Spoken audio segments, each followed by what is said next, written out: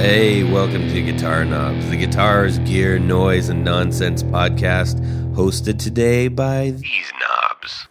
Tony Dudzik, Pick Guardian.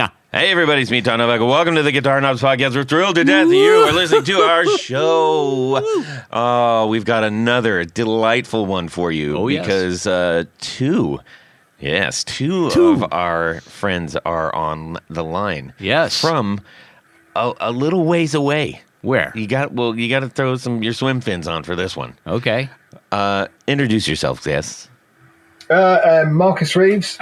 And Izzy Reeves. From Reeves Electro, all the way over in Kettering in the UK. Yes. And we as we mentioned on the show, we went to Kettering, we visited, and it was lovely, and all the good things that we said about it. Well, you did, but I didn't. Well, what You said we. You haven't been there? I've not been to Kettering, no. I've been to Kettering, Ohio. Oh. My sat-nav occasionally wants to take me there when I put it in the car. Yeah. Long drive. Yeah, it's a little wet too. Yeah. Get a bit out of breath sometimes on that one. Make sure your windshield wipers are working. Yeah. Well, it's one of those places that is just absolutely Idyllic? Well, it is. Yes. I mean, I'd say so. Okay. It's a nice place to live. Yeah. Excellent. We're happy about it. Yeah. Indeed. So we are going to go through a couple of quick announcements real quick.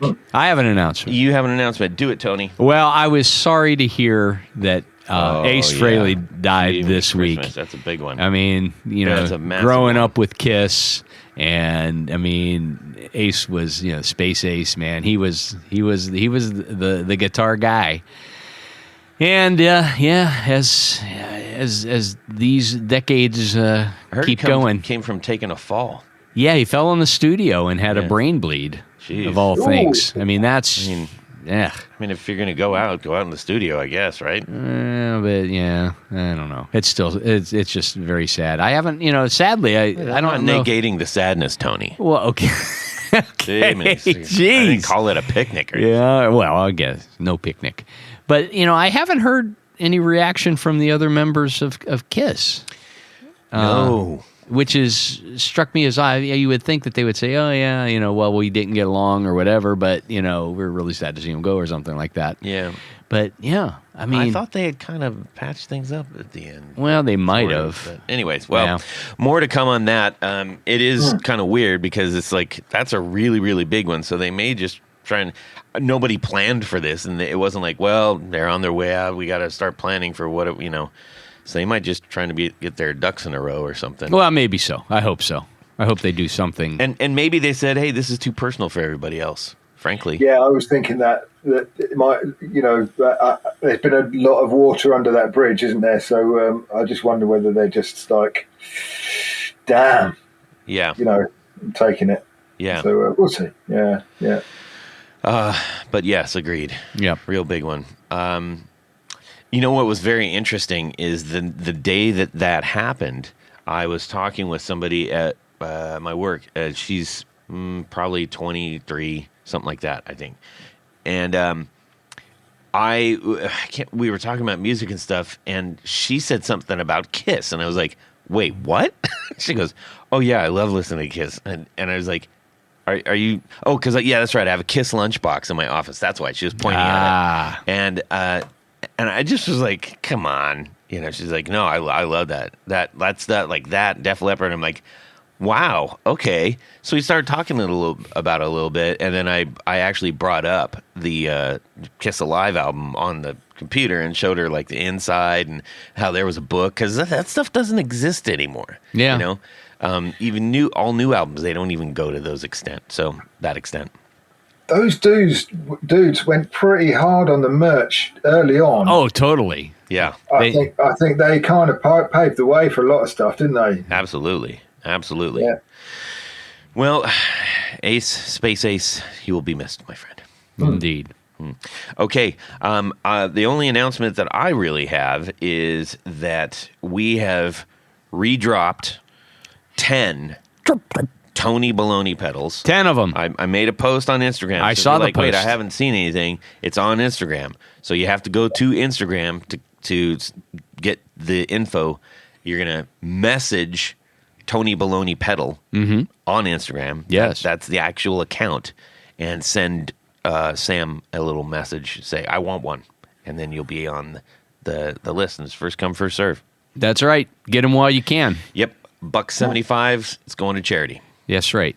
And it's well Hungry worth for it. music. Yes. Helps kids get instruments and music and stuff. And by $1.75 for anyone under 25, that means 100 And $75. $75. So yeah, that's really cool. Very happy to get a few more of those out there. Yeah. And very People love them. appreciative to Sam. Everybody Oh, yeah. that's tried it. I've got one. You've got one. Did we send one to? We sent them to a few people. Well, we didn't have the opportunity to like send them out because first of all, they're Sam's. Oh, and that's they're right. going to charity. That's right. That Okay. was- Or that was- maybe that was I- the whole point. Yeah. Yes. Yes. So anyways, that's out there. If you have questions, you're like, I can't figure this out, just DM me on Instagram at Guitar Knobs, and we'll Todd will help hook you up. Okay? He's good at that stuff. Indeed. All right. And also more information coming about the DIY build with Hello Sailor. So we'll post some more information about that. That's gonna be when fun. We start to get that a little bit more organized. But yes, we have the parts, we have the pieces, at least most of it. Much We're gathering some of more. the pieces. Yes. Okay, let's find out what's going on in our music world this week.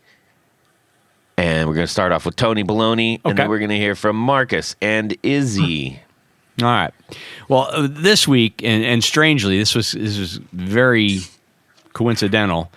The day that they announced his death. Yes. I was listening to the Magnificent Others, Billy Corgan's podcast. Yes. Great. Man, that's a great show. It's if you haven't listened He to nailed it, but this was with John Five. Yeah. Who happens to be probably the Massive largest Kiss fan. Kiss. Yeah. He actually has a Kiss museum. I know.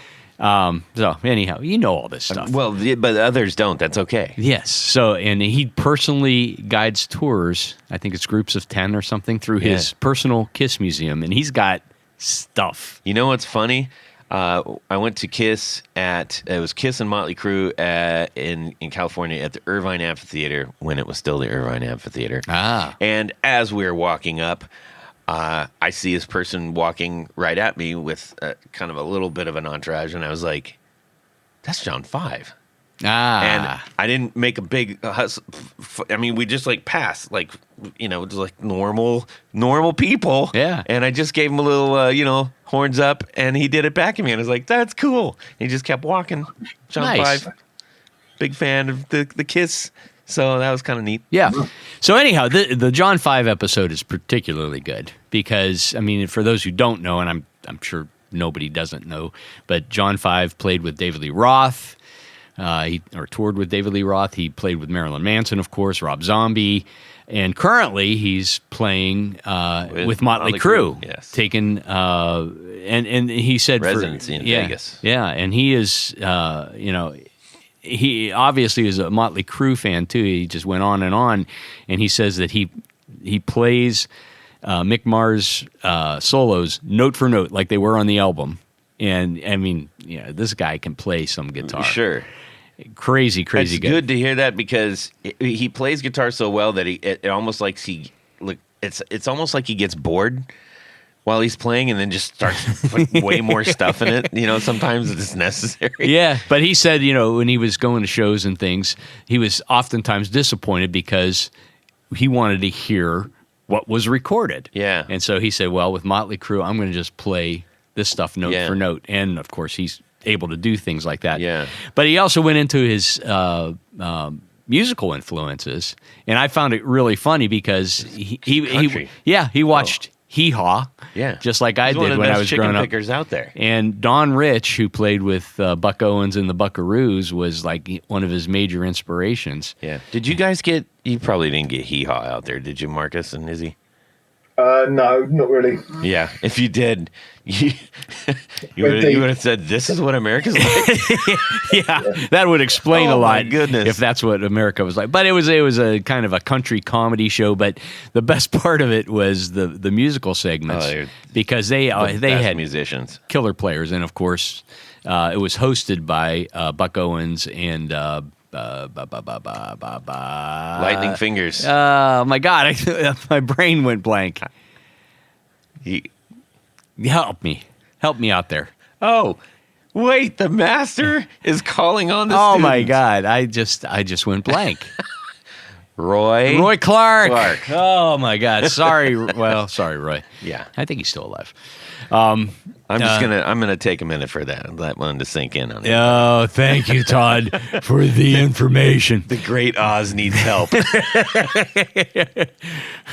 Quiet, whippersnapper. Well, good. But anyhow, you're also still going, okay. Yeah, I'm still going. Coincidentally, Marcus, do you want to make a cup of tea or? No, I'm good. I was going to say I've got one going, but I don't know whether it's arrived. You might yet. need another. I'll go and mow the lawn, Yeah. No, the garden. Mow the garden instead. mow the yard. Yes.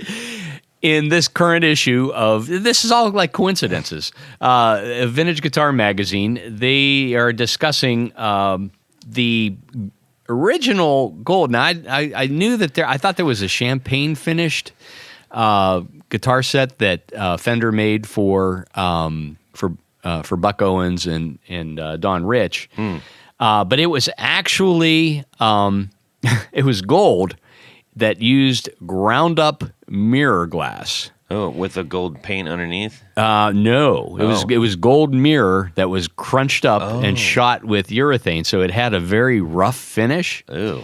And this was the original series that they did for the Buckaroos. And what they, that was one of the complaints. Nobody wanted to play it because it was, actually kind of sharp. Yeah, it looks like sandpaper. Yeah, it's pretty much like sandpaper. So later, Buck ordered a silver sparkle Telecaster for both he and Don Rich, and that was the ones that you more commonly see. But this was used for a couple of years, and Don's is missing. It's gone. It was damaged, lost, stolen, whatever. Yes. Fender Gone to the wind. Fender only made 5 of these. One of them is still left at the factory, and it's got like it's called rope binding, but it's actually a checkerboard bind. I'm a fan of that. Yeah, it's a very cool look. But it's a really interesting article, and the fact that even though it was the finish obviously was far from perfect. I think you should do a tribute guitar to that. Yeah, I think you should make one. I'll just make some without the glass. Without the, I want to use the glass. Now, there's other people that do a really good job of doing similar bindings and things like that. That use a modern urethane finish that doesn't cut you when you play it. Yeah. But anyhow, it was a good article. If Vintage Guitar, one of my favorite magazines. Yeah. So that All was right. my musical world this week. Okay, good. I'm glad it was a short week. Mm-hmm. So, Marcus, how about yourself? What's going on in your music world that Well, that isn't building pedals, if you can? That isn't building pedals. Yeah. Just buying a new lawnmower account. But I'm obsessed with a new lawnmower. So, Well, it depends if you record the lawnmower or not. yeah, that's right. Yeah. No, it's I haven't worked out quite what key it runs at yet. So, yeah. I mean, well, it has just been building pedals really, but it's like Groundhog Day here. Literally, music wise, it's just build pedals. We are still really busy. Did you get thankfully. anything really interesting in the mail to help you build pedals or anything? Well, we got hold of actually, I'll tell you what I have picked. Oh, yes, a new pedal, actually. Hold the line, caller. Well, 2 new pedals. We've got the High Watt Custom Fuzz, Okay. which is a massive Bigfoot kind of. It's bigger than a Mark 1 tone bender. Oh wow. Huge thing, like a steel wedge. It's and it's quite the fuzz. That is big. Yes. Big and black, and audio experiments, electronic audio experiments. Yep. You know the great big I can't remember what they're called now. Is it an O? Oh, you know the big crikey, because they don't really have a name. It's just a thing in a big cast aluminium block, like a real brutalist block with the sliders on the top. OXAE fuzz. Yeah, I think so. Okay. Oh, yeah. We had them on the show. Gotcha. Okay. Yeah, it's I know what you're saying because I actually he did a concrete it was a concrete drive, I think it was called. That's right. Yeah. Yeah. He does, and it's so funny. You said brutalist. That's when we had him on the show. I was like, nobody's making brutalist looking pedals, and his first one out, even though it wasn't. I think the first one was not sliders actually. Yeah. There's a boost, there's a fuzz, and there's a. I want to say. Is it a EQ? Yeah. I know there's 3, or maybe it's a bass, something for bass. Well, this one has the sliders and the rivets and all that stuff. Yeah, it's a crazy. Anyway, it is not just crazy looking. It's a great fuzz to play. It's like an octave fuzz, op amp powered, kind of their own circuit, and it's a joy. Yeah, it's very, very pleased with that. They're not afraid of making noise over there. This one has 80 dB of boost. Oh, the boost does, yes, yeah, which is insane. If you've got the amp for it, it's gonna buckle an amp. Yeah, I don't think. Yeah. Have you ever put anything close to that in a pedal? No, I've done 40.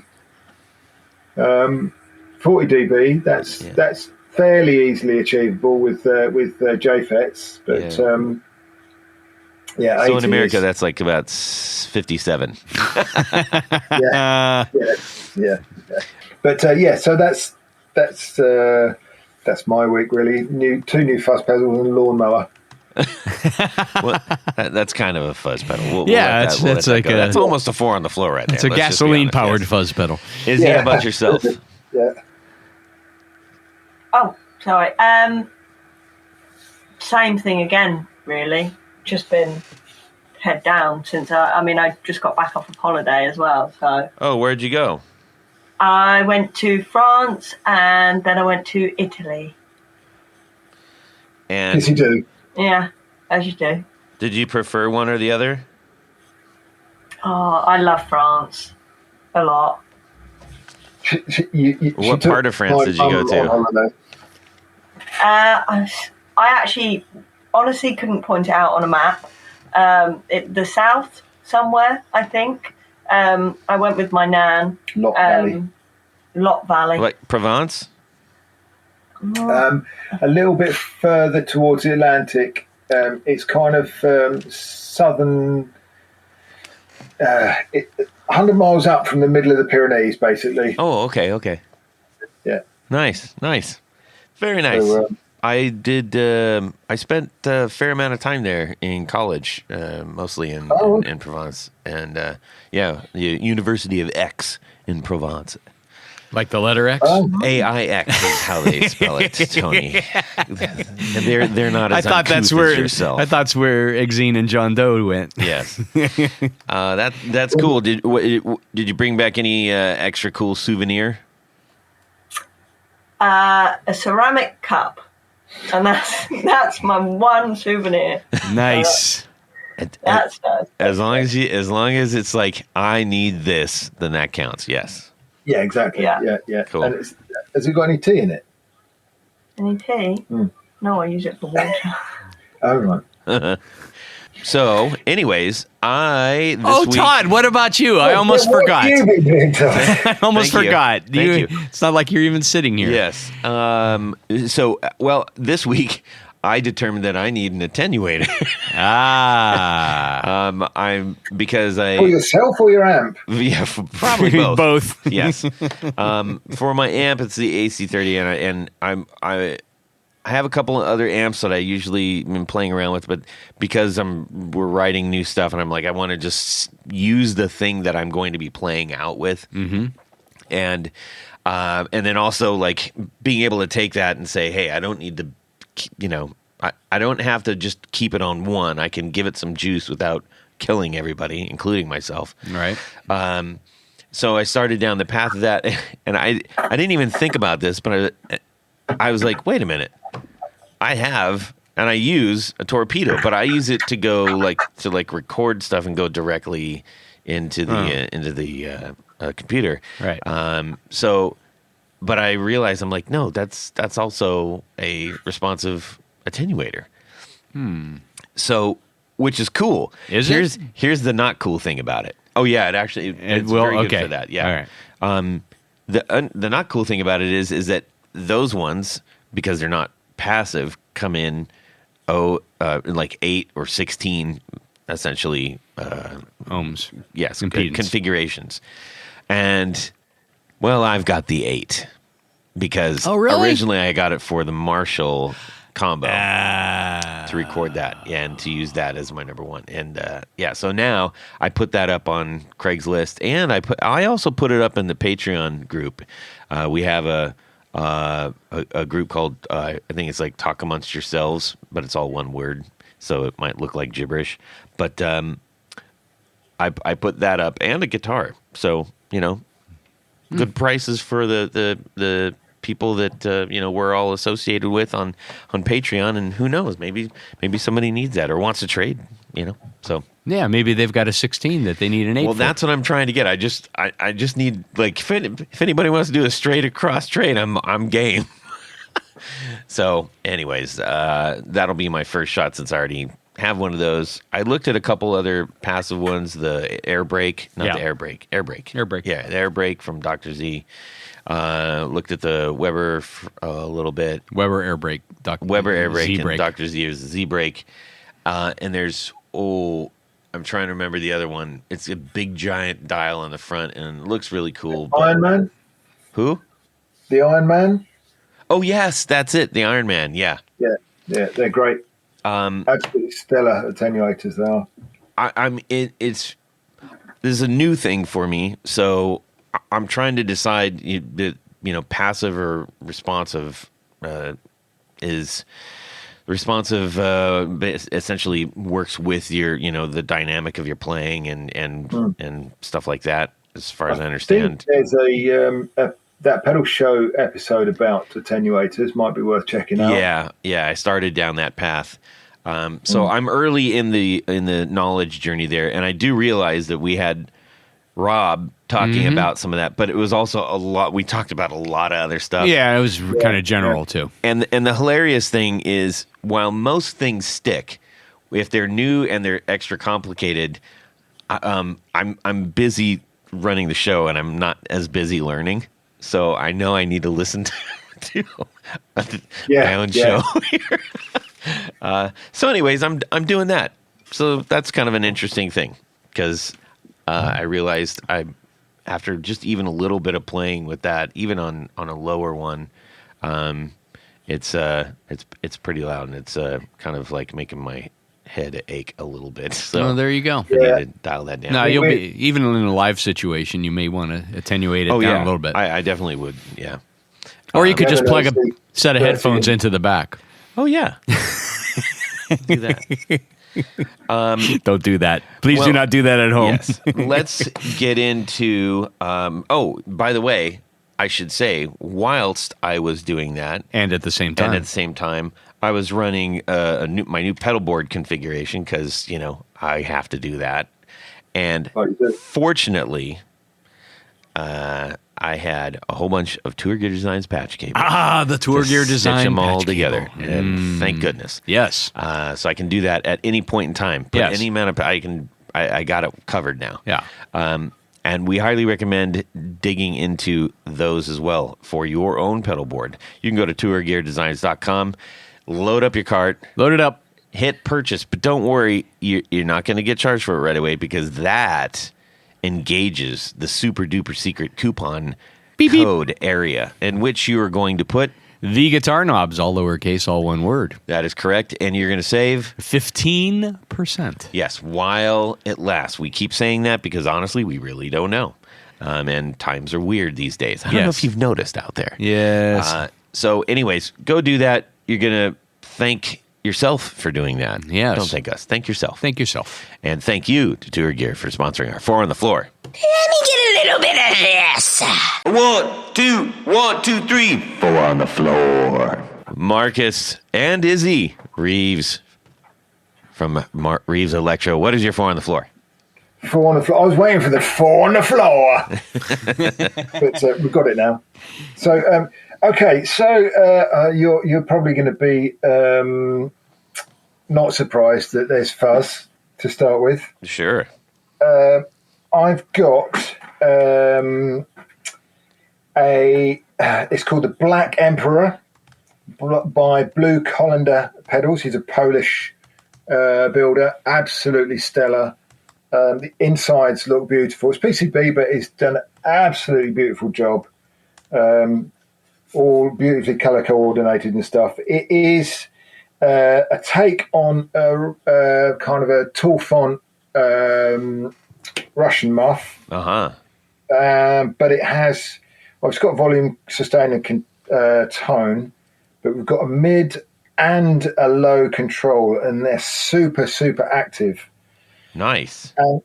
And you can kind of set it up, the low, with low sustain, you take some of the low out, boost a bit of the mids, and you've got this kind of like blues lawyer tone out of a muff, and it's really super, super flexible pedal. Huge, built in a steel slab of a box. And yeah, it's black on Emperor. black, which is kind of cool.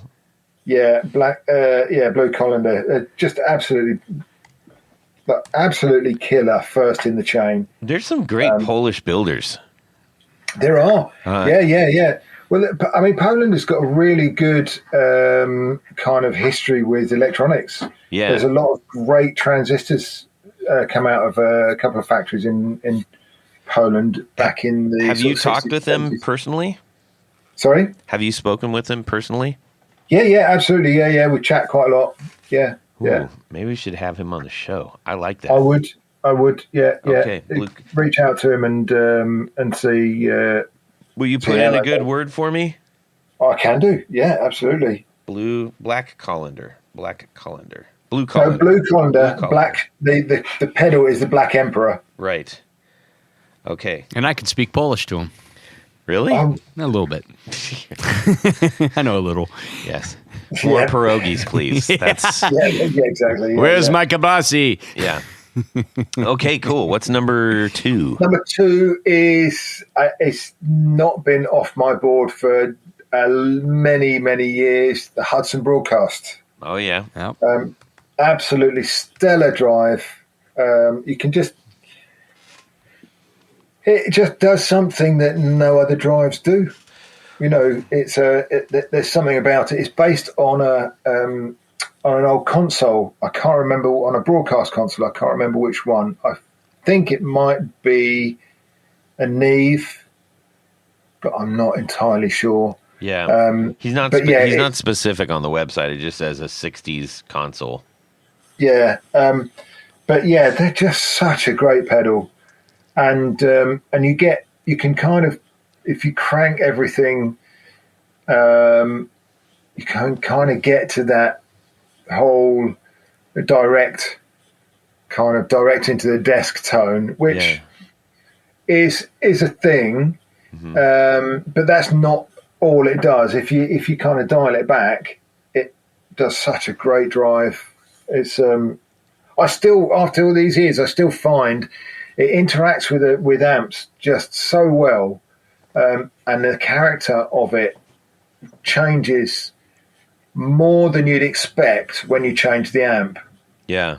Which some pedals kind of, they really print themselves on an amp, and the amp kind of comes into it, but not a great deal. It's like all the pedal, whereas this, I don't know. There's just something about it that interacts. I don't know whether it's to do with the impedance or to do with the way it loads, but it kind of knits with your amp really, really well. I can't say enough about it, to be honest. Great little pedal. Yeah, that's one that really early on I think caught my eye just because visually when it came out it was different. It was one of the first ones to look at as well. Yeah, it was. They were one of the first ones to kind of get into the oversized, even and multicolor knob Thing. Yeah. So I mean, and they're not. There's a lot of bang for your buck as well because they're not super expensive. Yeah. I mean, they're not super cheap, but they, as far as like a decent drive is concerned, I don't know what they go for now, but I think I paid less than $200 for mine new. Yeah, that's well, they've got a couple of those. They got one with the dual foot switch, which I like the idea of that. You have the standard. Yes, broadcast, yeah. No, I've got the dual. Sorry, yeah. No, mine's the Hudson dual. Yeah. Oh, fancy pants. Yeah. So you can boost in the you can either cut or boost the gain and just have that whichever way around you want it. So right. But it's it's a great pedal. There's the Ariel Posen version as well, which is a bit darker. Oh yeah, okay, yeah. The AP, which is his signature. He gets he gets a lot of love over this way. I'm trying to determine exactly. There we go. So they're about $250 here, brand new. Okay, yeah. And as we always say, reverb is really great, but if you're aware of the builder, especially if you're aware of the builder, do what you can to get one directly from the builder or from the dealer, because that helps them out and that keeps this whole thing going. Yeah, absolutely. Yeah, and it's more money. It's like we went out for a meal last night with my wife, and we always paying cash because credit card fees and all that, even for little restaurants. Yeah, it takes a toll. It's silly money, so do what we can. Yeah. Drop off at the ATM on the way there. Job done. Yeah. Plus, you get to use that really cool plastic money. Yes, yeah. We found some in our washing machine that we don't know how long it had been there, like folded under the rubber thing, and it's like comes out and it's perfect. Yeah, that'll survive the worst that can be thrown at it, and it's beautiful. Yeah, to that look and at, cockroaches is all that's going to be left. Now here's my only gripe. I had a pocket full of it, but it's all different sizes. What? Why? And they're really slippery as well. So sometimes when you take your hand out of your pocket. The notes come with your hand, whereas paper notes tend to stick. Kind of grab onto fabric in your pocket. Yeah, and they don't really like scrunch. They sort of just and they fly out of the pockets. Like I've dropped so many of them. I'm just like, yes. Makes me wonder where the testing group was that day. At the bar, I will be spending plastic money. Yeah, maybe they're different sizes for blind people. That's interesting. Look at now. There's an optimistic view at something that is a conundrum to others. That's great. I like that. Good thinking, Izzy. Coins have the serrated thing on them. Yeah, they're different sizes and shapes. Yeah, and different sizes and shapes. One of the reasons is for people with I was going to say seeing. What's the PC way of saying blind these days? Sight difficulties. Surely blind is not. Tony, what is that? Sight impaired? Sight impaired, vision impaired. There we go. Vision impaired. Yeah. I don't know. Blind seems like the full extreme of impairment. Yeah, I mean, there's various levels. There's like, I've got cataracts or glaucoma or like, And then you've got me. Yeah. All right. I do that. Number 3. 3. Number 3, Harmonious Monk. Oh yeah. Tremolo. I've always been a tremolo fan. I've had quite a lot of tremolo. I built one of the first non-drive pedals I built was the Shaler Tremolo, which is a great little tremolo, but it's a bit kind of thumpy, a bit clunky. It doesn't really have a lot of rise and fall. And then I got Those jam pedals are really good. Jam pedals are great. Yeah. They're fantastic. Yeah. Have you tried the Vibe, the one with the water No, I faucet on haven't it? yet. Man, I haven't yet. really No, good. no. It's really But yeah, good. I've had a real tremolo journey, and then when obviously when TPS and Jam pedals released this, Yeah. I tried it, and I'd never played or never knowingly played harmonic tremolo. And man alive, if you've only played normal tremolo in your journey so far, the swap you can't go back. It's like a boundary. Once you've crossed it, it's like normal tremolo is just no. Yeah. Especially if you go with a 2 amp setup, wet dry. Oh yeah, for sure. Man, yeah. The only thing that I find trouble with the harmonic tremolo is if I'm doing like a really heavy, like a square chop, which I have on one of our songs. It's like, can't do that one. That doesn't work. I mean, if you want the kind of Johnny Marr kind of thing, then yeah, it's not going to do that. But it's I think it's a much more textural thing. It is. It's very much yes. So yeah, cool. And the last one, number 4. These are pretty much all my my solid hardcore kind of pedals, really. Carbon Copy. Again, it's something that if I reach for a delay, that's what I'll go for, because it just does the thing.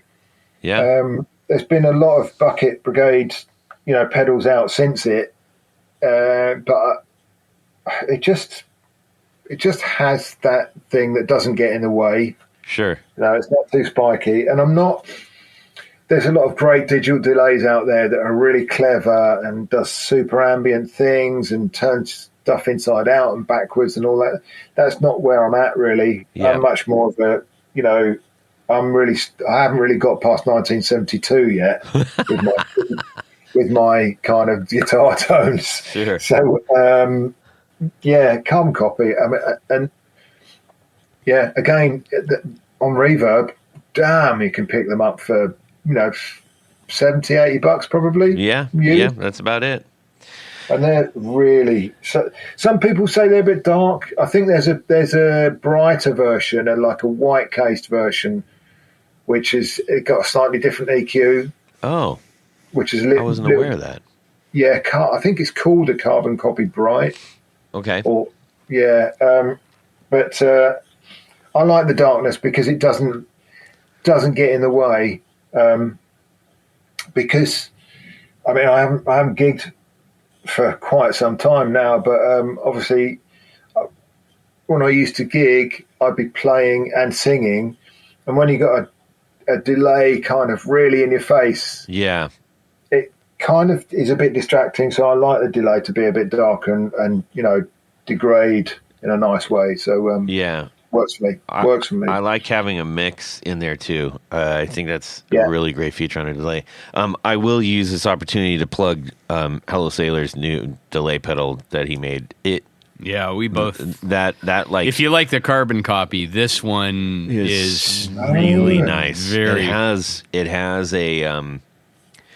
has a really pleasing, familiar warmth to it as well, it almost has a little bit of its own push. Not so much that it's like completely coloring everything, but I plugged in. I was like, wow, it feels like an old pair of jeans, which is great. Brilliant. Yeah. Oh, that sounds good. Yeah. I mean, that's the thing with analog delays specifically is you can push them, and they still sound musical.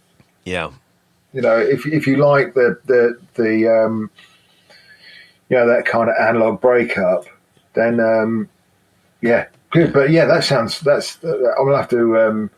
Yeah, and his is Nice. I thought it was full. We thought it was full analog, but it's actually it's a hybrid, which Okay. he can explain better than I can. But anyways, sure. cool, man. That's a great 4 on the floor. Those are really solid pedals. That'll take care of just about anything you throw at it, I'd think. Yeah. Put them all on at once and off we go. Yeah. Okay. Well, that gets us to our main event. We would love to hear where you and Izzy are in your pedal world these days. But first, if there were someone who wanted to go back and listen to 2 previous episodes yes. that featured Reeves Electro. Yes. Episode number 235 from September of 2021. Wow. And episode number 326 from August of 2023. That one also had Izzy on. Yeah. 2021. That would seem like forever ago. It seems like forever, doesn't it? Wow. I remember back in 2021. Wow. Hell. Yeah. How long have you been guys going now then? 100 years. It'll be 10 years this April. Holy moly. Yeah. Wow. So this congratulations. Thank you. Yeah. This is episode, I think this is going to be episode 442. Oh, 442. Yeah, because Joe's 441. Wow. Isn't that crazy? Yeah. People keep it. They keep talking to us, so we'll keep listening. Yeah, absolutely. Yeah. So this is my 3rd time on. So is that a very exclusive club? You're getting into an exclusive club. Yeah, We've been talking about this lately. We've got a couple of 5-timers. Yeah, and some more than 5 times. Yeah. So we've had a couple of. We need to do a ranking. That's what we need to do. Your homework, Tony. Bring that next time. We need the Hall of Fame. The Hall of HOF. Yes. HOF. Yes, HOF. Hall of Fame. GKHOF. Yes. No, we're going to need to do something with that. Yeah, we can have some fun with that. Yes, and the lap times on Top Gear. Yes. Yeah, exactly. Yeah. That's what you want. I think that would make Jeff Schroeder the Stig, actually. And anyways, so I just want to acknowledge how great of a day I had in Kettering. Yeah, and I felt like it was very surreal.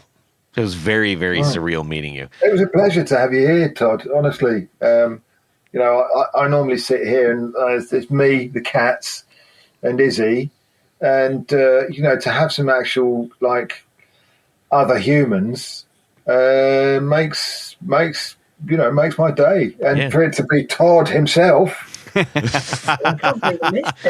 know you were on holiday. It's okay. We had a 4th at the table because when we rounded the corner in your neighborhood, Hugh Grant was walking his little dog, and he went and met us and had lunch with us too. So excellent. Yeah. It looks like that kind of a place. Yes. So it was delightful, and I got to be honest, Tony, I actually didn't do that much talking. It was all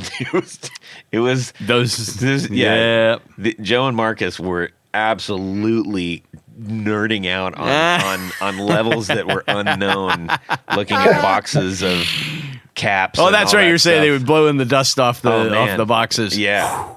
All the transistors. Yeah. It was like the wand shop in Harry Potter, man. That was neat because you guys are awesome, and I have so much respect and admiration for the things that you both do, and you're both genuinely fantastic dudes. So I felt like a fly on the wall of a show I want to watch, Oh, brilliant! Yeah. Well, sometimes I feel like a fly underneath the shoe of something. Yeah. But it's usually pretty good here. It's nice. I mean, so this workshop. Well, thank you, Todd. First of all, I do really appreciate those kind words. Of course.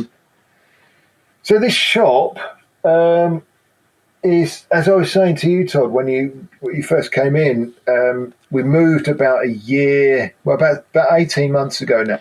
We moved house. Yeah. And Is it that long? yeah. And it was yeah. really cool that you guys shared that whole experience. I mean, that really pulled.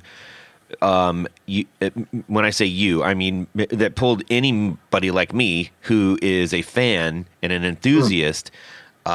It pulled me in big time, and I was like, Building the workshop, really? "Yeah, oh yeah, Yeah, we were. I mean, I was very pleased. The algorithm didn't like it. Really didn't like it. oh Yeah, it was like, oh, you're a builder now, are you? Have you sold your account? And what's going on? We're not going to. Honestly, everything just died on for about 6 months after that. no kidding." Yeah. Somebody at HQ just went, no more British builders. We have too many. Yeah, we've got too many. Yeah. Please. Yeah, But I mean, it picked up again. But that was really interesting, and because I nerdily, I have a spreadsheet that plots all these things. yeah, And we'd had a good 6 weeks. Just very quickly talking about Instagram. We didn't know about 2 months of really, really good growth. Then we moved, started doing we're building the workshop, and language around that.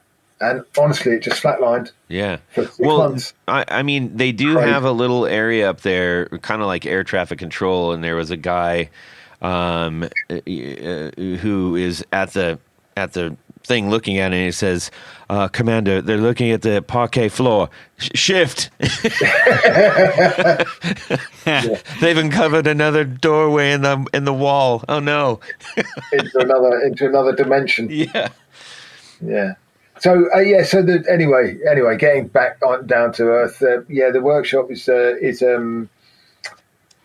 it was a joy to build and a real joy to work in. After having such a small workshop in the previous place. It's actually unbelievable to believe the amount of space. I know. But to sort of conceptualize the sort of length and width of the old workshop in this space, trying to imagine working in that now. I couldn't. Yeah. Nuts. It is. Yeah. And we're running out of space already. Yep. Which is, it's like a vacuum, isn't it? You grow to fit into the space that you're there. That you're in. So, but that's one of the things that, at least for me, really drew me into you as a builder, is that you weren't trying to put on a show. No. I felt like I came over, and like when I would pull a video up of yours, or when I was served it, it felt like when I went over there. And you said, "Yeah, come on in." Okay. That's cool. You're the first, Izzy. You missed this because I got really, really excited about this, and it was probably just like a giant eye roll from Markus. But Joe he didn't offer me a cup of tea when I got there. It wasn't until we got to your house, and the first thing we walked in the door, the cat crossed our path, and he said, would you like a cup of tea? And I was like, oh my gosh, I've been waiting my whole life to hear that. Brilliant. There's some truth to that. Are you saying the cat asked if you wanted the to come cat. Yes, the cat did. He had a monocle. Yes, it was great. A little scarf. Nice. I like that cat. Yeah, but honestly, it did. It's like I think most people that would have gotten into your work before you moved, we were let into like a little door that a lot of people don't know about, and you've always been extremely personable and talking about the stuff that matters, and not trying to. You never seem like you care about the hype train that everybody else is clamoring to get on. I've been there in another life. Obviously when I was working for the Man, and I had my own business with some other guys back in the early 2000s. And we were kind of, I learned a lot about running business and about marketing and all that sort of stuff. But I did it, the corporate way, and I hated it. Yeah. The whole hard sell and the whole, kind of the bull of just writing copy for things and all that stuff. And there was a whole kind of there wasn't really any point in my life that kind of made me. There wasn't any incident or anything happened or anything that made me go, do you know what? That's got to stop. But I was working a corporate job in travel. An office job for quite a corporate sort of travel operator, and I decided, do you know what, this pedal thing that I do for mates, at mates rates and for local musicians and stuff like that, it's I really should. I'm going to curse a little bit here, but it's a local saying. It's a saying: you've got to piss or get off the pot. Yeah, we say that too.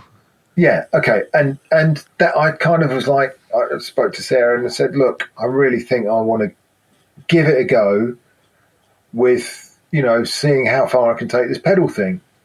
And she was like, yeah, absolutely. And I built the first workshop with a mind to do that, and started kind of mucking around with it. And, I was selling a couple of, maybe one a month. And then, were you doing the suspended circuitry at that point, or was that did that come later? Yeah. No, that was sort of around about 2018, 19, something like that, just prior to COVID. Yeah. And I've been mucking around with that for 15, 20 years, really, in various sort of forms. But I thought this is what I want to take forward, Yeah. And then it just all exploded as the COVID thing hit, and I got, obviously got the huge exposure on the pedal show, which I'm always going to be eternally grateful. Mick and Dan, if you're listening, thank you guys. But the other point, to get back to your point about not being full of hype, is I just wanted to be like, I'm just going to do exactly what I want. Okay, and how I want it. Right. And there wasn't anything other. There wasn't like a grand plan. And the luck is that what I like to do and how I like to be has pulled in a tribe for me. Yeah, yeah. And they're my people because I'm probably their people. Yeah. And that is literally it. And the beauty of being like that is that you never have to second guess what to do next. Mm-hmm. And it goes the same with musicians, with songwriters. There's a thing about David Bowie saying, or there's a quote of David Bowie where he says, artists I've seen doing their worst work is generally when they're catering to their audience. Yeah. And that's it. That's the way I feel. Is that everything I'm going to do, I'm like, no, I don't think that's very cool. I'm not going to do that. Oh, this is a great idea. Brilliant. I'm going to do that. Yeah. And he must have just absolutely cringed when people because he was famously, referred to as one of the greatest chameleons of rock and roll, right? Yeah. But there's a huge problem with that. Is that the chameleon only changes color when it's grabbing onto something else. Yes. And he was the person who was creating new colors. Absolutely, yeah. And people were grabbing onto him. Yeah. Yeah, totally, yeah. I know what you mean. In a smaller way.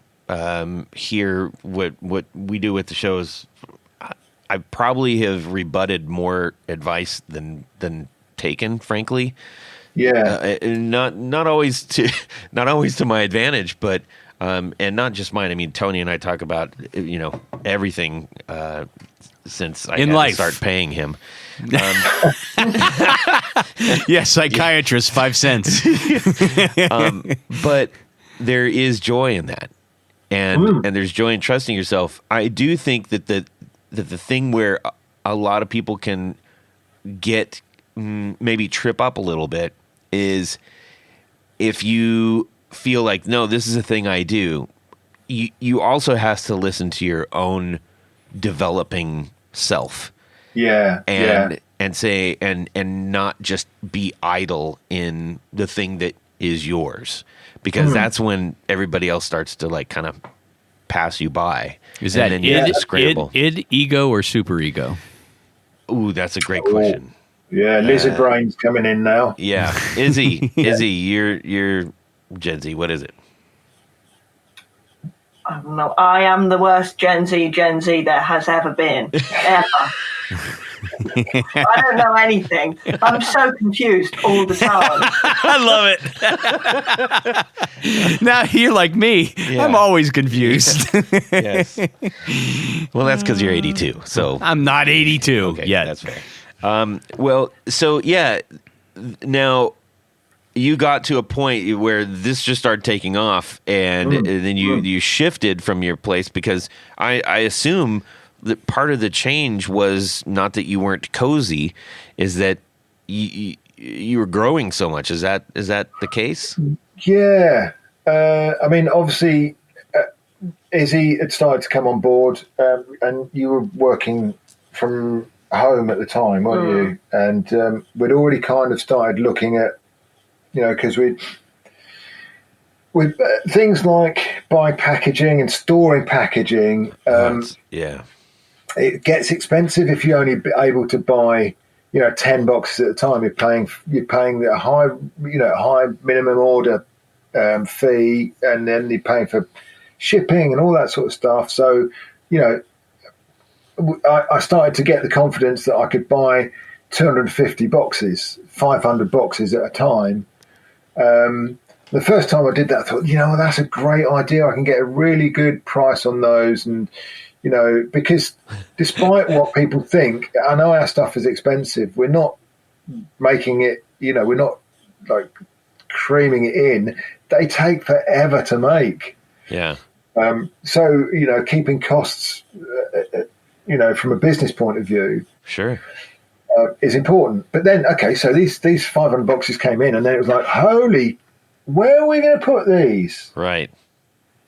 And that was a massive dawning. I was like, right, okay, so if we want to get to the point where it feels comfortable to, run this like a business, and that was at the point when also we had to go limited as well in the UK, because we hit certain thresholds. Yeah.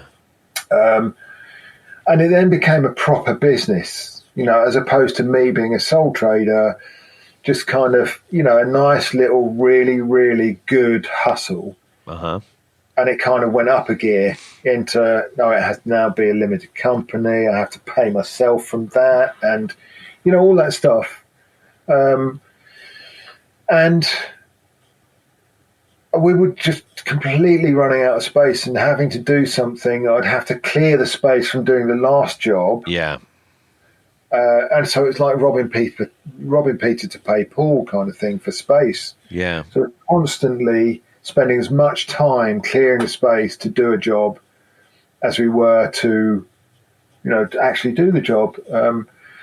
And because we paint, we etch, we do all those things, nothing is outsourced. All the drilling then was still done in-house. We now have a local CNC guy drill out enclosures for us, because we don't mind the time. It's the accuracy that we can get stuff drilled at. Mm-hmm. But he'll only do 250 enclosures at a time, so we have to have right. Well, that's also time space to do all those, because you're not going to do one at a time. You're going to do like 50 at a time. That's a day's work. Yeah, absolutely. Yeah. So it just, and we were also looking for a new house and everything. It was like a perfect storm, really. Right. This came up. It had a nice garden. It had the remnants of a workshop at the back, and that was that. And then, it's like a dream. It really is, because then I crowdfunded the workshop. It was kind of crowdfunded. You know, I do these waitlist Wednesday things where my usual sales thing is I'll put 10 pedals up. I'll announce that on the newsletter, and 10 pedals will go up for sale. They'll be made, buy, ship, and then the next 2 weeks, fortnightly thing. But every so often, once every year or 18 months, Once or twice. Oh no, we might do one each a year. we do this waitlist Wednesday where every pedal is for sale. People come on the website with no rush at the checkout because it's a bit of a bun fight when I'm only selling 10. And they can order what they want. But the downside of that is you might have to wait 2, 3, 6 months for it to be fulfilled. So we did that and said, you're helping fund a new workshop. You'll get a t-shirt saying I funded Reeves Electro Workshop 2.0, all that sort of stuff. And there was a few perks as well, some extra things. And people really jumped on that. And it brought a lump to my throat that day, to be honest, how much people kind of got on and supported that. Yeah. And knowing that, first of all, before I even started to build your order, I had to build the workshop. Right. So that really is, I can't thank everybody who bought on that day enough. Yeah. Because, it's just a real leap of faith for everybody, because I had nowhere to make the pedals that they were ordering at the time. Yeah. So, Well, you have such a lovely window to the world. It's like, honestly, I think I posted the picture. If I didn't, I will. I'll post it with this episode. Actually, okay. I'll put it in the gallery. I went outside. Izzy, you haven't seen it, but I went outside and I stood in the lawn, yard, garden, whatever we want to call it, and asked Markus to kind of sit and do his, his Monday thing and everything, and he was just in the window, and it's just Markus looking through the window. It's like, this is such a cool shot because we don't see the window, we don't see the wall, we see you're behind the fourth wall, aren't you? And it was just kind of neat. And then you sit, when we came in, I spent a lot of time like looking at the desk out the window, kind of like, okay, if I'm him, this is what life is like. Yeah, and it's just, you have such a lovely space, and it's looks out into your beautiful garden with your cats running around and Hugh Grant and everything, and it's fantastic. Hugh Grant? Golly. Yeah. Yeah. So then I love gardening. So the other workshop was we had a lovely garden there as well. But no window. But no window. So, Izzy, now take the wheel right now and tell me what that was like from your perspective, and what kind of a ramp that gave you. Building the workshop. Well, yes, building the workshop and the impact that had on what you are now doing. I mean, it would be impossible without it, really. Got a little dedicated space now. Well, I mean, I worked from home for a bit, but I just found working in here is so much nicer. So much nicer. You're just sort of surrounded, aren't you? Yeah. It's just and it's coming to a workplace. I mean, I know I only walk down the garden, but it's still separate enough, and it's dedicated. Yeah, when I first started, I was working out of my basement, and the difference of having actual shop space, you really feel like I'm putting my work hat on. I'm going to work. Yeah, absolutely. And that makes all the difference. Yeah. And I think you're just kind of when you started working in here, you started soaking stuff up, didn't you? Really? Yeah, Yeah. definitely. I mean, and as well, it's just better than you could have imagined, really. This, because I mean, first time I came to the house, and it had the old brick built. Yeah, ex workshop. Brick built, if you can call it a workshop in the garden. It was a sort of How's this going to work? okay. Yeah. You definitely had vision, because I couldn't. It was a few bricks. Yeah. And that was it. Yeah, I mean the extension that we added on to the workshop that was standing, we actually added on the same space as we were working in the old workshop. It's almost exactly the same size. Huh. So at this point in time, you, I mean, Markus, you're obviously, well on your way and in full blown mode. And Izzy had begun helping you at this point. Right? Or because she didn't have Darlington out until 23. Yeah. I'm just trying to remember. Oh God, did you not start making the pedals until you came here? I moved here? It was. You started. We did in the little workshop. In the little workshop, yes. Yeah, we did quite a few in there, I think. Yeah. Yeah, I think we caught you just before. I think that started just before you did the announced that you were going to be moving. Okay, yeah. Because that was the August, or I think it was September of 2023. I want to say. Yeah. What do you start? Yeah. Yeah, because we caught you previous. I think it was just before you August. Released the Darlington. Yeah, it was right. Yes. You hadn't gone full on yet, because I remember that was exciting. I was like, I want one of the first ones that you were able to make. Yeah. So how has that? You've done the Darlington. That one came out real big, and you started working more of a line out. Where are you now with that, Izzy?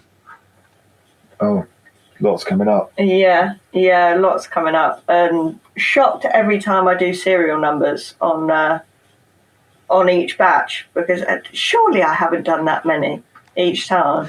I mean, I think there's a couple that are over 100 now, I think. Yeah. That's amazing. Yeah, we're well into. It's crazy to me. Yeah, well, I think you're well into. I think you've about 500 pedals in all from you.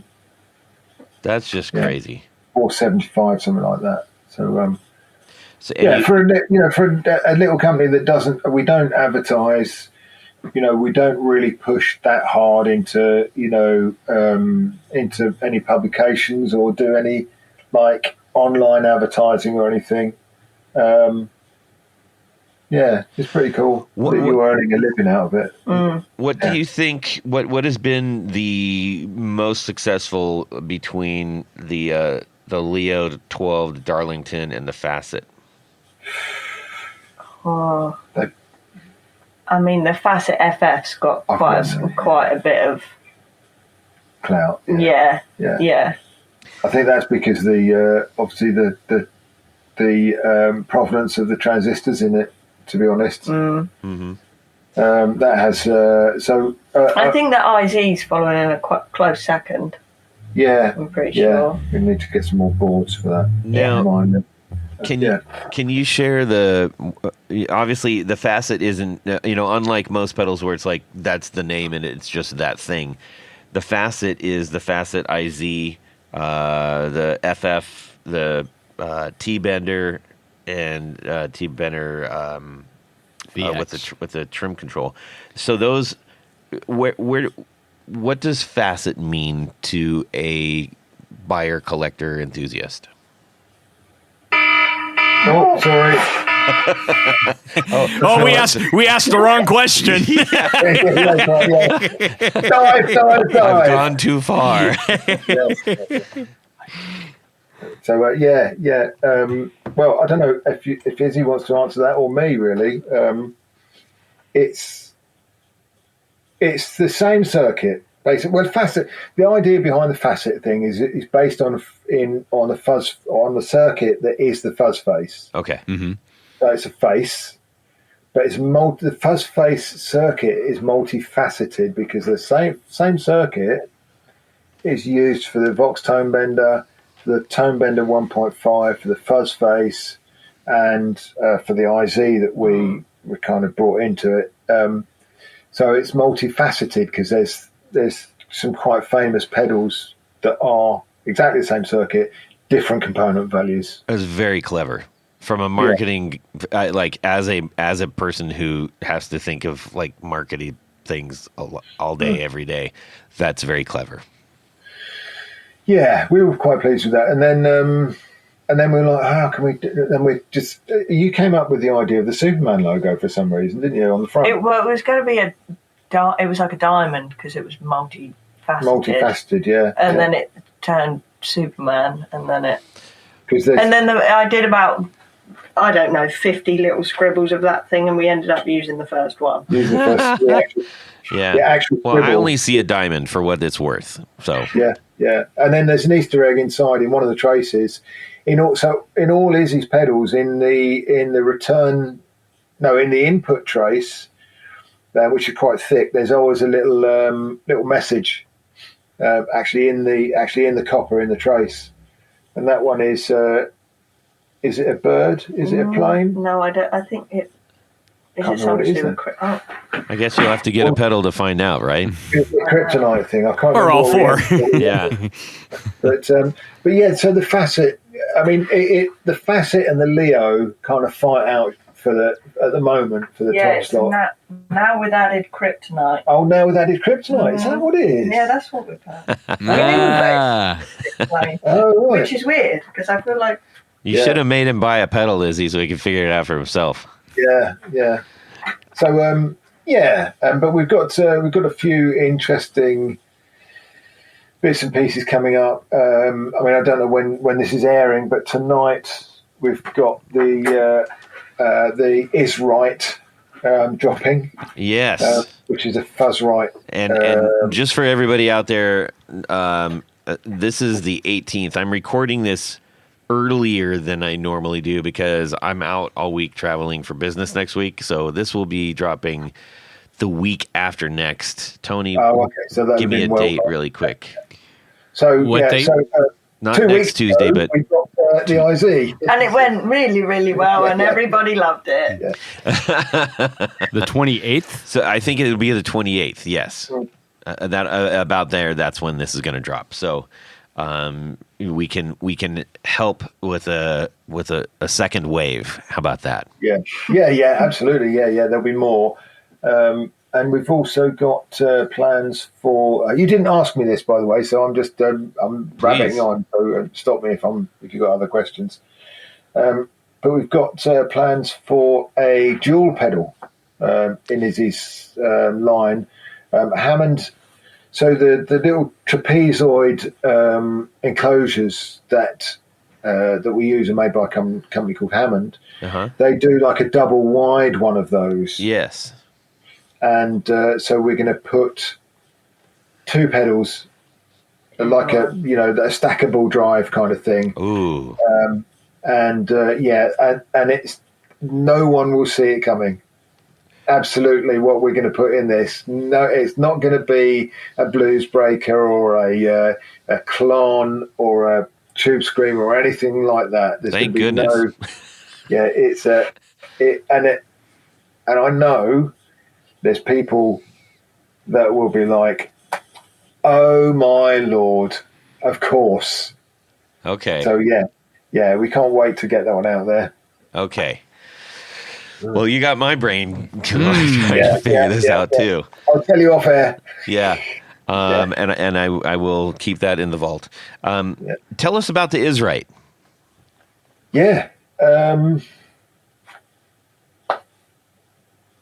okay. It's the Fuzz Right is made by Moss Wright back in the day, and I think Kate and Bread still have some sort of a licensing deal on it. They still make them, but I played some of them and they seem a bit uh, modern sounding Mm-hmm. to me, and I wanted to kind of find. And I've been lucky enough to play one back in the day, an original Mossrite Fuzzrite, and it was super super clanky and unusable. And I kind of understand the motivation behind Calibre saying, "Yeah, let's do something that's very much more up to date and usable." But I wanted to find somewhere, or we wanted to find somewhere. I do most of the circuit designing, but we wanted to find somewhere kind of in the middle that still had that kind of feel of that clanky, slightly unreliable, slightly kind of like, oh, happy accident kind of tone, and something that had a little bit more bottom end if you wanted it, and worked well with amplifiers, had more volume, all that stuff that you expect from modern pedals. Uh-huh. And I kind of got that, and then there was I was just mucking around with it, and I thought, oh, well, what happens if I put a pot here? And, or that's what I tend to do, and I try and find tones on the breadboard when I'm prototyping something that excite me. Mm-hmm. And I found a thing that it did that I don't think anybody else has done, and they probably have. There's not many things these days in the pedal world that haven't been done. At least intentionally. Yeah. So basically, what we're doing is misbiasing one of the transistors, which is quite common. But the way the Fuzzrite and the Izrite work is very different. It's not a cascading fuzz. So one transistor isn't punishing the next one along the line. Both transistors are working in parallel as opposed to being in series. And what you're doing with the fuzz or with the depth knob is you're switching between or fading between the cleaner transistor and the dirtier transistor. Oh. So that's why it's got that kind of slightly clean blend thing going on. Yeah. Oh, okay. That's very simplified of it. But basically, and then what I then did was like, well, what happens if you misbias one of those transistors and you get all sorts of fun and games going on? And that's what that is. So it's got a middle knob called height. So you've got height and depth. And volume. And volume, yeah, and lots of it. And we coincidentally Halloween themed it. By accident. By accident, yeah. Ah. I like it. Yeah, so it's always going to be orange on the inside. These ones are like black on black. We call it murdered out in the UK. I don't know whether that's that's here too. Or none more black. If you're a Spinal Tap fan. Yes. They do go to 11.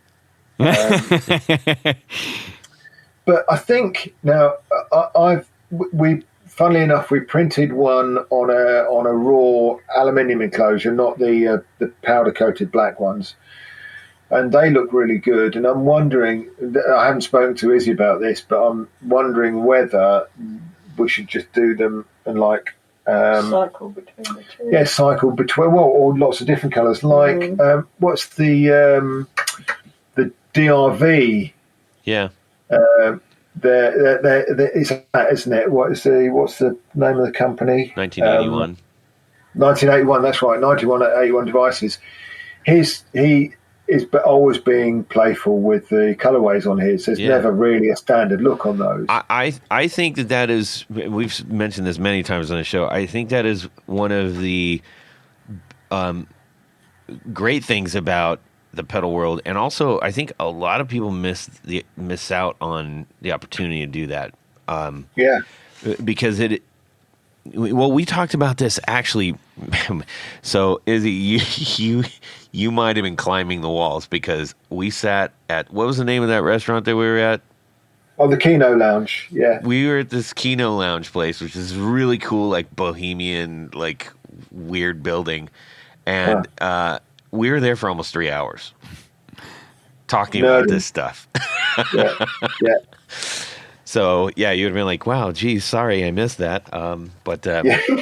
Damn. yeah, Yeah. but that was one of the things that we talked about is that in a when we're trying to garner attention and also I guess reward people that do care about the things that that you're doing, that's a really great way to pull people in different ways and help make things a little bit more collectible, a little bit more even exclusive if needed. I think people there's so many different types of people, and there's loads of people out there that couldn't care less what their pedal looks like. Yeah, Jared is that guy. And what it sounds like is all that matters. Yeah, and fair play, good on you. In fact, I'm a bit jealous. But that's not how I am. But yeah, it's just fun for us as well. I mean, that's the next thing I was going to say. Yeah. I mean, there's one pedal that I've got sat on my shelf that I did by accident that is orange and like a metallic red ombre by accident, and I will never ever be able to replicate it. It's like a was burst. An accident. And I'm really sad because I'd love to do that. So maybe I'll just do one. We were thinking about it because it's like a burst on the inside. Ah. And I'm looking at it now as well. And it's we should maybe try and do some internal bursts. That would be cool. Yeah. I did it by accident testing spray paint. So but it's one of those things that you do by accident. You never ever will replicate that again. Yeah, that's our first burst. Yeah. Yeah. One of the things that obviously, well, I shouldn't say obviously, there might be listeners who have never even have no idea who you are, which I love. I actually love that because they're going to be very, very excited once they do connect with you. But I'm on your site right now, and I've got 2 of your pedals, and they both have. I think we actually talked about this when I got the black hat sound. No, the red dot sound. I got the red dot sound. Yeah, that's right. We were talking about plexi covers on the back. I actually had Tony make me one. Mm-hmm. Oh, because I was like, no, I want to see this. This is art. Yeah, this is like it's beautiful. I have it faced backwards in my station and everything, and it just dawned on me because I'm looking at this on the website where under your plexi lids. I think one of the things that why maybe I connected with that, aside from it being like, really amazing to look at, it made me feel so. I built, car models and airplane models and stuff when I was a kid, loads of them. And every once in a while you'd get one that had like some see-through thing where you could, see the engine underneath. Yeah. And it was like, oh, that's awesome, And that's kind of what it feels like. You know? Yeah, like slightly like it's a diorama thing, isn't it? Yeah, yeah. Oh, I do a lot of rear covers for like people that put custom, like on a Les Paul or something. They'll do a custom electronics, package, and they want to show that off, without taking the cover off. So boom, yeah. But no, the stuff that you do on the inside is, I mean, at the Pedals and Pints show, we were flipping the Spent Darlington? More time flipping that pedal around than we did playing it, I think. Yeah, we actually had both of yours on. We had the Darlington, the original blue, and then the red dot sound, and we were flipping and twisting and all that good stuff. Izzy, I don't know if you are aware, but when we came back, we just had a thing called Pedals and Pints, and from a bunch of local builders, and we set up in a brewery. And they gave us a bunch of space and some tables, and we bring guitars and boards, and it's all plug-in, headphones and stuff. But which must sound really weird to anybody who's just listening to a bunch of people playing guitar without any kind of either acoustic sound. It's like these guys are terrible.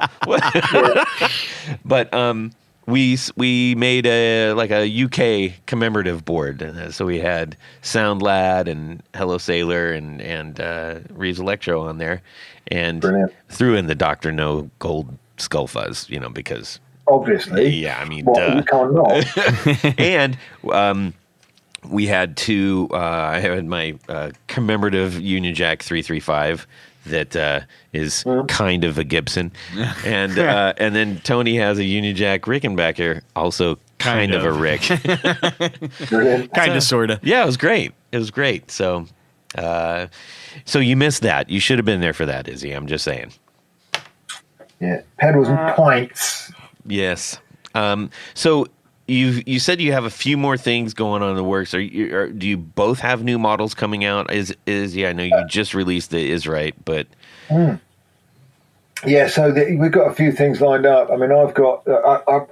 It's interesting. I'm not really like all the other manufacturers who are very, very closely guarded about what's coming up. I tend to like to kind of tell people. You get really excited. Yeah, I can't not. Yeah. So yeah, we've got a version of the Red Dot Sound, like a Red Dot Sound 2, completely new enclosure.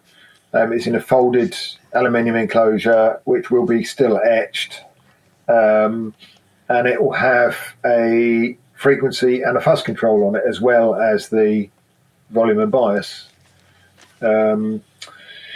And that is actually going to be my first foray with this side of kind of the business, becoming a thing, into PCBs. wow. Because there are certain things that, the point-to-point, you can do anything with point-to-point, really, but the time it takes gets to the point where it's like I can't really justify asking, over £1,000 for this because it takes such a long time to do. Right. So, there is a point at which I get to like, no, that's, I have to keep it fairly simple. So I had to switch over to PCB for this one because it's got, it's a little bit more complicated. There will always be room. Majority of my stuff will still only be point to point, but I just wanted to do this just because we got these really cool enclosures, to be honest, as well as much as anything. Well, it's one of those things that's not so different than, we've had this conversation with so many guitar builders, and I mean, I've had this conversation with Chase Gullett for ages, because he was very much of the same ilk as you are. Is like, he made all the jigs to make the guitars. Like it was like, wait, what? You're making the tools to make the things? Yeah. And that was where his whole bread and butter was. That's where he hung his hat on every day. Is like, every bit of this is coming from me, so therefore it's more valuable. Yeah. And yes. But there's a threshold at which you're probably only going to be able to get at so many of those out the door. And it also, it kind of is a little bit of a barrier for other people who want to have their hand on your brand and be connected with your brand. Which if you have a brand like yours or another custom builder who is really letting people in, it's like you want to have that connection, but sometimes that can be prohibitive, and that is a way to mitigate that. So where you can say, you can come in and be part of this brand, and you can feel like you have a piece of Reeves or Gullett or whomever it might be. I guess it works that way. To be honest, it's not something that I thought of immediately. But I agree entirely. It's the kind of gateway drug, if you like. Yeah. But I guess my reasoning behind it was that I've always wanted to do something cooler with the Red Dot Sound because I love that pedal. Yeah.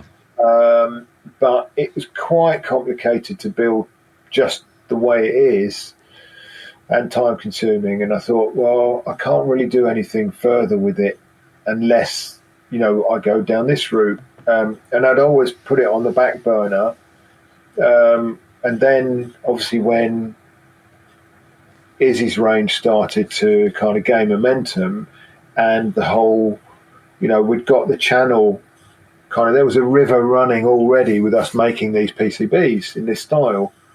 So it was quite straightforward to just go, oh, okay, we'll use the same production line, we'll do the same, we're the same people, brilliant. Yeah. Off we go.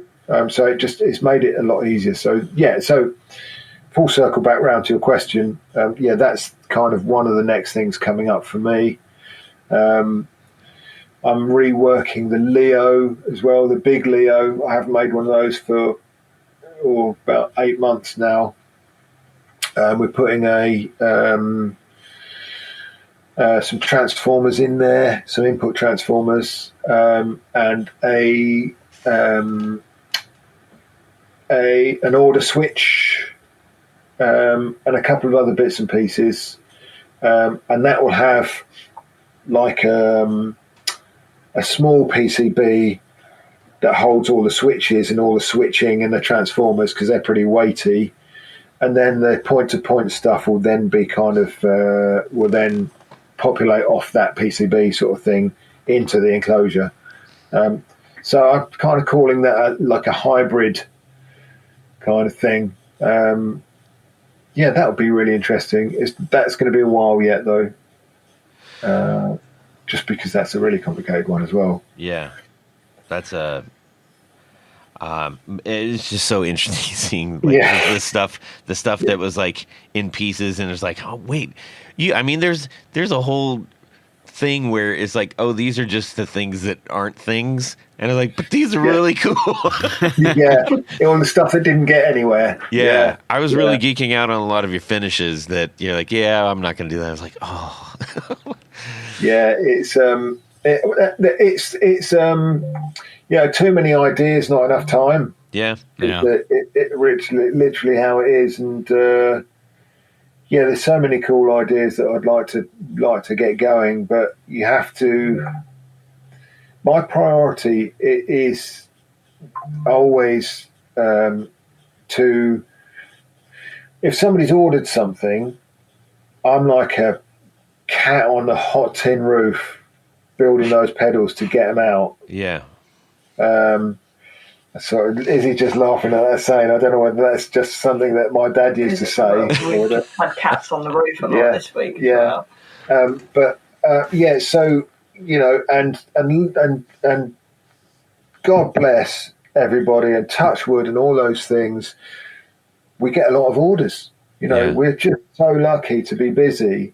But the backside of that is my brain doesn't let me let go of those orders. So finding time to actually develop new stuff is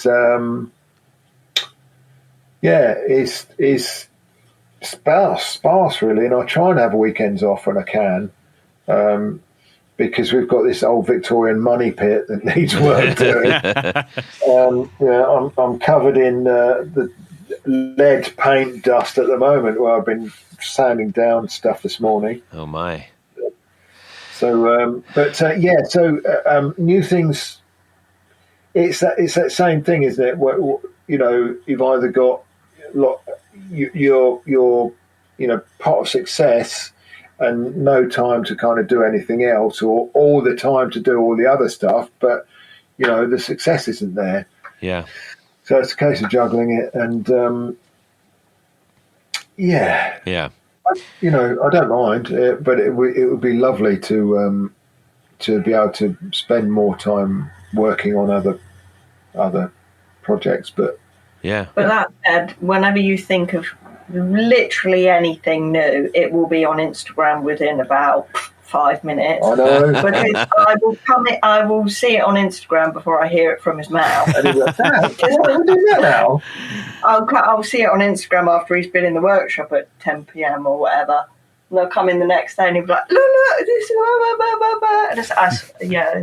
okay. I saw it on Instagram last night. If I keep that a bit quiet. Yeah. Well, it's a bit like being a chef. You've got an amazing kitchen, and you've got all the best ingredients that you could possibly get your hands on. So why wouldn't it be like that? And then, wow, everybody must know about this immediately. Yeah. Post. I like it. Yeah. Well, guys, it has been an absolute joy talking with you again. And Yes. I'm so glad that I have the opportunity on the front side of this show to actually spend time with Markus. Yeah, it was a good day, Todd. It was a really good day. I enjoyed spending time with you, man. It was great. Thank you. Yeah. So, Tony, Yes. we got we're rounding third. We're heading home. What do we got? Well, Would you rather? You were saying? as I was saying, Yeah. this point of the show is a little game we play called Would You Rather? Yes. This week, this ties into some of the stuff we were talking about earlier. Okay. You should. It should. Yeah, I guess so. I Yeah. guess, it's the way it works around here. So here's the deal. John 5 gives you a last minute call. He's double booked himself, and he's got to give a very special tour of his Knights in Satan's Service museum. Also known as KISS. Don't freak everybody out. Yes, Yeah. KISS. And he needs That's you an to... old thing. I don't think they've said No, that. that's what he calls his museum. Yeah. Oh, it is. Yes. Okay. I'm just saying that was a thing when I was a kid. Oh, yes. Because all the Yes, the hullabaloo. yeah. Anyways. And he needs you to fill in for him for a Motley Crue show. He wants you to play one of two guitars for the gig. Okay.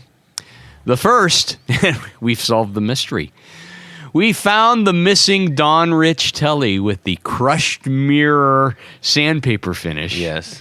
And this one is perfectly set up. It Yeah. looks and sounds great, but you are John risking... 5 likes gold stuff. He does. Yeah. As do you. Yeah. But you're risking severe flesh wounds, you see. Merely. The second is a Fender Custom Shop J5 Triple Telly Deluxe with chrome metal pickguard and 3 wide-range humbuckers. You know the guitar of which I speak? Uh-huh. This one has been on the road for a long time and is in desperate need of strings and setup. Yeah. You have barely enough time to get to the venue, so you have to grab one of those two guitars and hit the stage. Okay. Which would you rather? All right. We'll do it. Tony? Well, I'm going to need all the help I can get. So I'd rather have a guitar that is set up and plays well, even though it might cause severe damage. It's one show, Yeah. Whatever. Forearm, who needs them anyhow? Right. Plus, playing the Don Rich Telecaster that was used on so many things. Yeah. Tiger by the Tail, Put Me in the Movies, Act Naturally. Yeah. I mean, that's the guitar. Sure. And I'm going with the Don Rich Telly. Okay. Sounds good. Markus? I'll go with the glass-fronted telly as well, because I've got a roll of masking tape in my pocket. Well played. Well, that's They can go around my fingers. good to know. Yeah. Izzy, how about yourself? You're going to go with the mirror, the shiny mirror that doesn't play so good, or the No, the shiny mirror. shiny. Oh, the J5. yes, Okay. the J5 with the shiny mirror front, or the crushed mirror that's going to shred your arm up. I'll just take the flesh wounds, I think. Yes. What about you? I'm putting masking tape in my pocket, so We're all in the same boat here. I'm gonna do the one that plays right, number one. Yep. But also there's something kind of cool. I remember on one of my one show I dropped, my pick went flying, and I had, it was like the third pick that went flying, and I was out of picks. I didn't plan very well, and I was also, this is when I was having the trouble with my hand. Oh, I remember that. So I just had to claw it, and my hand was bleeding all over the place, and it was on the guitar, and I was like, well, that's kind of cool. It probably didn't sound as cool, but Yeah, the effect was there. yeah. You So with Johnson. The what? the player Wilco Johnson from the Dr. Feelgood band. Yeah, Oh. yeah. In the UK, he played the telly with his hands, and every gig, the guitar was absolutely splattered. Yeah. Yeah, strings will do that to hands. Yeah. So, okay, well, that was a good one, Tony. And the lesson we learned today is never go anywhere without a roll of masking tape in your pocket. Well, there is that, yeah. Is that a roll of masking tape in your pocket, or Okay, we need to thank a few people, then we're going to let Markus and Izzy get back to their cats in their garden. Absolutely. And the lawnmower. And tea. And the new lawnmower. Yes, and yeah. At this point of the show, there's a special group of people we love to thank, Todd. These are our executive producers, as you well know. Now, an executive producer helps make this show possible. How do you become one? Quite simple. Head over to patreon.com/theguitarknobs. Check out a couple different levels in which you can participate, become a friend, a sponsor, a hero of the podcast. Each level comes with some very nice thank you gifts and opportunities to win great stuff through our many, many, many giveaways. But in addition to that, all that great stuff, there's one thing more. What is that, Todd? You get to have your name right on the thing. I forgot the button. He forgot the button. That's right. You get to have your name read on the thing. And that's what I'm going to do right now. So special thanks to these executive producers: Anthony Lathrop, Brett Hogarth, Cameron Pampas, Darren Gregory, Don Kloss, Elad Mizrahi, James Bell, James White, John Esterly from Buzzer Effects, John Sebastian, John Halverson, all the Johns, Justin Jones, Ken Sayers, Michael Senchuk, Mike Davenport, Owen Eads, Pluton, Ralph Gottschalk from Wonderful Audio Technology, Richard Kendall, Rick Calhoun, Rusty Sneeden, Stefan Lamb, Tom Barazin, Trevor Ellenberg, Trevor Gunberg, and all the other Trevors, Vader and Pedals, and Caribou Gone. Oh, yes. The band, the myth, the legend. Okay, keep going. Oh, Todd. Yes. You know, there's another special group of executive producers. We call them our Grand Poobahs. These are the creme de la creme, the top of the heap, the A number ones, and they wear a fez upon their head whilst listening to said podcast. All right. So special thanks to these Grand Poobahs: Anthony Gemalero, Billy Spitfire Unlimited, Bob Crouch, Brian Robison, Cody Foster, David Kaminga, David Tyndall, Enrico Fernando, Fox Hill Studios, Gregory Randall, Hex Matos, John Williams, Martin Cliff, Matt Hart, Poet Emeritus, Michael Van Zant, Michio Murakishi, Moon Guitars, Pedro Vasquez, Sam Jett, Steve Keys, James Pennington, Zach Oswald from Brandon Wow Pickups, Jonathan Labate from M2 Labs, Ty Barnes, not Barnes, Barnes, James Castellano, and Kenny Howe. Kenny Howe, Mr. Rick himself. Yes, indeed. Thank you all so very much. We cannot do this show without your help. That is the absolute truth. And I don't know if that's sad but true, but we sure appreciate what you do for us. Absolutely. Yes. Markus, where can people go to find the things that you make and Izzy make? Well, our website is reeveselectro.co.uk. And you can find me every day on Instagram at Reeves Electro. Oh, and one last thing, if you are interested in buying anything that we do, best place is to join the mailing list. Or even connect with you and the brand, just to learn more about it. You do a great job with the mailing list. Everything goes out, so yeah.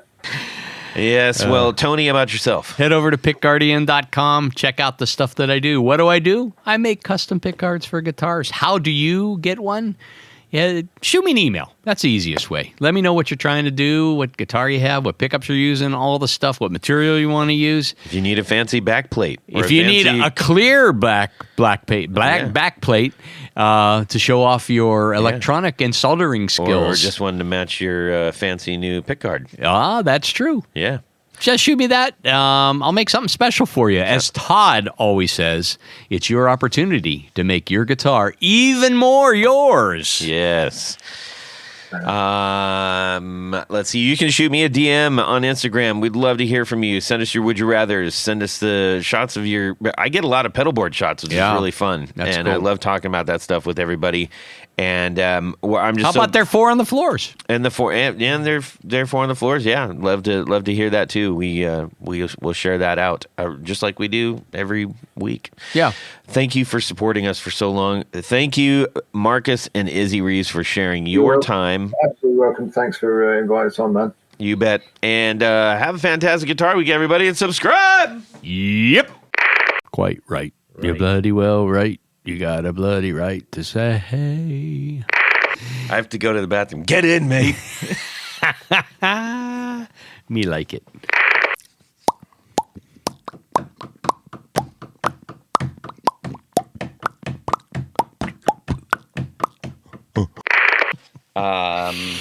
Licorice? No, thank you. It's double salt. I only do the triple salt. That's perfect. That's the right Get thing to in, say, mate. right? Yeah. Yeah.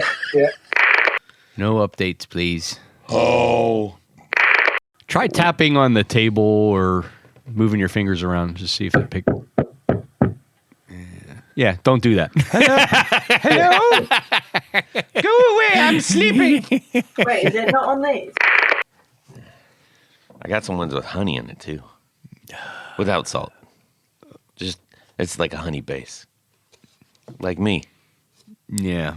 The movie that you're with the twins. Witch Mountain. Witch Mountain. Yeah. And then there was Return to Witch Mountain. Yes. Yeah. It's like Return to Witch Mountain. Two Utes don't know that they're that they're space people, but they're soon to find out. And their only clue is their uncle who suddenly dies at the wheel. That traumatized me. Oh my gosh! Any old person I was driving with, I was like, please don't go out like Uncle Eddie. What was his name? I can't remember his name. It was something like that. Just try to make sure that we create the gap and then mind it. Oh, do we have a Would Yes. You Rather, by the way?